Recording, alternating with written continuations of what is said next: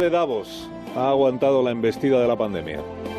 La tradición de juntar en la montaña mágica a cientos de ejecutivos de las primeras compañías del mundo, con cientos de gobernantes más o menos influyentes, con unos cuantos ricos y famosos que inundaban el aeropuerto de jets privados. Esto es Davos. La tradición la ha tumbado el coronavirus. Este año hay foro de Davos telemático, descafeinado y sin contactos, que en realidad es a lo que se iba al foro de Davos, a conocer gente y a dejarse conocer. Hoy predica Pedro Sánchez en el foro de Davos, ya veremos sobre qué, probablemente sobre la resiliencia, sobre lo orgulloso que está de cómo va el país, en recesión, con 200 fallecidos diarios por la COVID, con una incidencia acumulada de las más altas de Europa, con la hostelería ahogándose y con el turismo ahogado. Orgullosos de ser cada vez más fuertes en España. Mire, hace ahora un año, dice, ¿cómo pasa el tiempo? Decía antes Rafa Latorre, pues sí. Hace ahora un año, y mientras en este foro de Davos Sánchez se esforzaba en persuadir a los presentes de que su matrimonio recién consumado con Podemos no tenía por qué quitarles el sueño. Spain economy continues to grow at a faster pace than that of the Eurozone, as Ángel has mentioned before. Hace un año en Francia se anunciaba el primer caso de coronavirus en Europa. Luego supimos que era el primero detectado, porque en realidad el virus llevaba ya varios días en Europa. Y en China, hace un año, se anunciaba la construcción acelerada de un hospital para 1000 pacientes. Los espectadores españoles nos admirábamos de que pudiera levantarse un hospital como ese en solo 2 semanas. Decíamos, esto son cosas de la dictadura china, porque en cualquier otro lugar no podría ocurrir. Con 1500 médicos, se decía, trasladados desde otros hospitales a este nuevo. Un hospital solo para pacientes de esta nueva enfermedad. Y nos explicaban los corresponsales que el motivo de construir un hospital como este era separar a los infectados de coronavirus del resto de los enfermos, para que los demás hospitales pudieran funcionar con normalidad. Fíjate, las cosas que nos sorprendían hace un año, confinamiento de una ciudad de varios millones de habitantes, hoy forman parte de nuestro debate diario, ¿no? Sobre los pros y los contras de la gestión de una epidemia. En España, como nos apasiona el debate, ahora estamos en la discusión, a veces incluso vehemente, de si es mejor un hospital temático solo para COVID, como el de Madrid, el Zendal, o si son mejores los hospitales provisionales de campaña que monta el Ejército para ampliar la capacidad de los hospitales de siempre, ¿no? Claro, todo tiene pros y contras. La consejera valenciana Barceló nos explicó la semana pasada que la ventaja del hospital de campaña es que si un paciente requiere cirugía, por ejemplo, como el Hospital Nodriza lo tiene a su lado, pues en un paso tienes al enfermo ya en el quirófano. Mientras, decía ella que el hospital de pandemias, pues ahí tienes que meter al enfermo en una ambulancia y conducir varios kilómetros hasta llevarle a un hospital donde sí haya quirófanos. Bueno, pros y contras. Ayer se vio uno de los inconvenientes del hospital de campaña.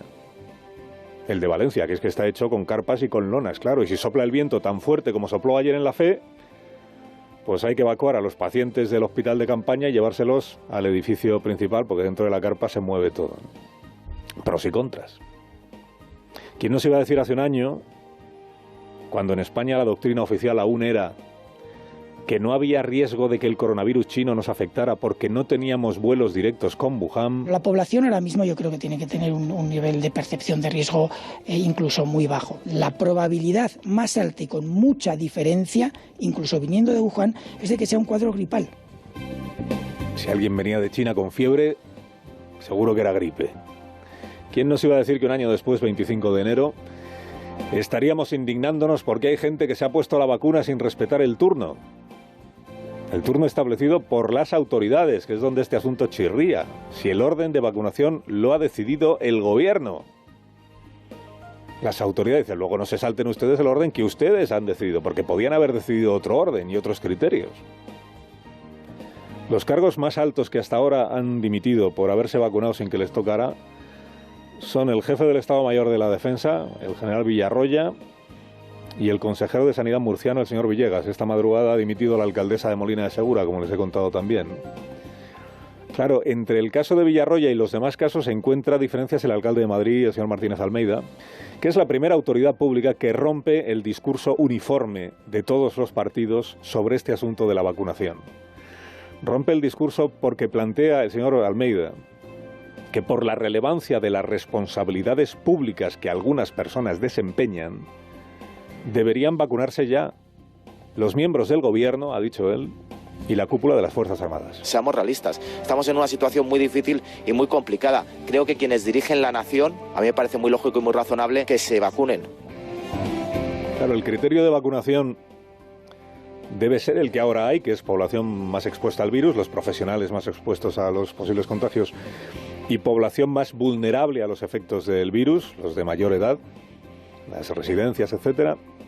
O debe añadirse un tercer criterio, que es el peso institucional de las personas que ocupan cargos destacados. ¿Debería vacunarse el rey? ¿Debería vacunarse el presidente del gobierno, el señor Sánchez? ¿Los vicepresidentes del gobierno? ¿Los ministros? Para evitar el riesgo de que se pongan todos enfermos a la vez y nos quedemos en una situación apurada, ¿no? Observe usted que Martínez Almeida disculpa la vacunación del jefe del Estado Mayor de la Defensa, no así la del consejero murciano. O la del consejero Ceutí, que dijo aquello de que él se había vacunado a rastras porque a él las vacunas no le gustan.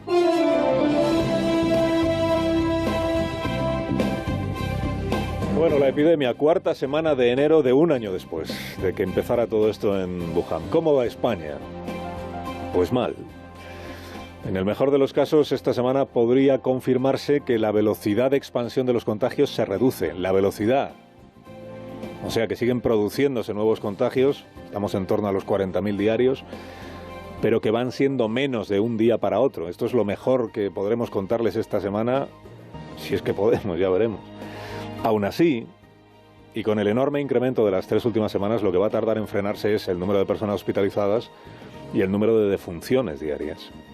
Se lo recuerdo una mañana más, estamos de nuevo por encima de los 200 fallecimientos al día por coronavirus. O sea, en este día que estamos iniciando, 200 familias recibirán la noticia irreparable de la muerte. Y mañana martes otras 200. Y el miércoles 200 más. Los indicadores, como vienen explicando los gobiernos autonómicos,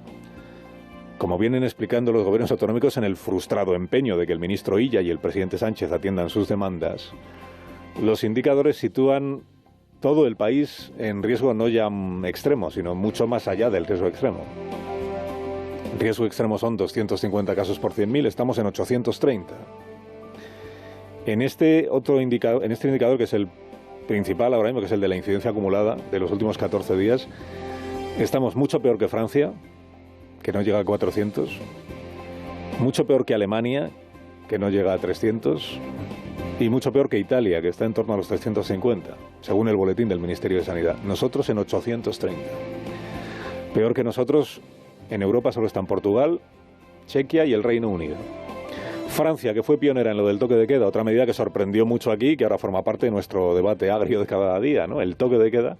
Francia, que ya adelantó el toque de queda a las 6 de la tarde, se está planteando ahora la reclusión total de la población. Se espera que Macron lo anuncie antes del próximo miércoles. El gobierno valenciano, 60% de ocupación ya de camas UCI, anunció ayer nuevas restricciones. Els encontres familiars o socials dins de les cases queden limitats únicament al mateix nucli de convivència.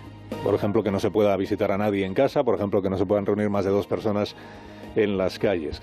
O sea, ya se estiró todo lo posible en Valencia el toque de queda, en la Comunidad Valenciana. Se van a confinar muchos municipios perimetralmente, las principales ciudades durante los fines de semana. Esto que el gobierno valenciano empieza a llamar semiconfinamiento total. Esto del semiconfinamiento es una forma de decir que aunque no haya reclusión domiciliaria del todo, como están pidiendo muchos epidemiólogos que no son de la cuerda de Fernando Simón, que aunque no haya reclusión domiciliaria del todo es como si la hubiera, ¿eh? Semiconfinamiento. Gusta mucho el Ministerio de Sanidad de insistir en esto, que las medidas que ya se aplican vienen a ser como una reclusión total, porque la gente ya no va a los bares ni para estar sola en una esquina, como diría el portavoz del Ministerio. Bueno, el ministro Illa, que a esta hora de la mañana sigue siendo ministro, pero que mañana ya dejará de serlo, según anuncia el Palacio de la Moncloa. Estas son las últimas 24 horas como ministro de Salvador Illa. Pues de momento, y vamos a ver lo que dan de sí estas 24 horas que le quedan, de momento permanece impasible ante el clamor cada vez más airado de los presidentes autonómicos, que ven que ella va a cesar, a terminar como ministro, sin haber terminado de estudiar esto que dijo el miércoles pasado que estaba estudiando, lo del toque de queda adelantado. Y claro, ahora son los presidentes y los consejeros autonómicos los que le están recordando a ella lo que él decía cuando aún no era candidato en el mes de octubre. La obligación de este gobierno y de cualquier gobierno con alma es frenar al virus doblegando la curva de contagios, aunque suponga algunos sacrificios. Podemos cruzarnos de brazos o podemos frenar al virus. A partir de aquí la paciencia tiene un límite. No hay más ciego que el que no quiere ver. Carlos Alsina en Onda Cero.